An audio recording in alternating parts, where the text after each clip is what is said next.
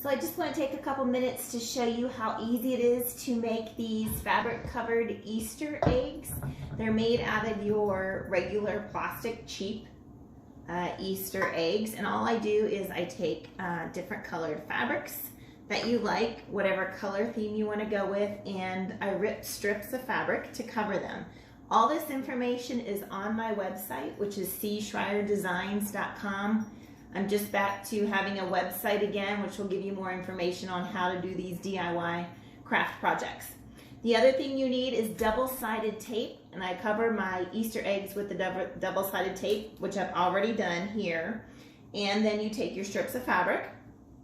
It's very simple. It sticks very easily with this double-sided tape. You wrap your egg the long way and keep going around until you have covered your egg. Just have to hold it taut so your fingers get around it all. And then I've been using 2 pieces just to make sure that I have covered it.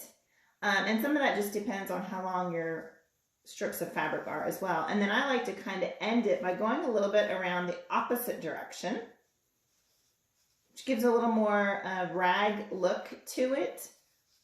And then in the very end, all you do is you take a knife and then you just simply tuck it under your last piece.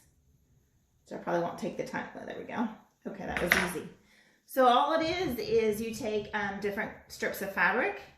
You have the large eggs. I've got the small eggs. They're super cute. It's a really easy and inexpensive way to decorate for Easter and the spring season. And it looks so much cuter than your bright colored Easter eggs. But again, all the information is on my website, cschreierdesigns.com, as far as what do you do with the fabric, the double-sided tape, and any other information you might need.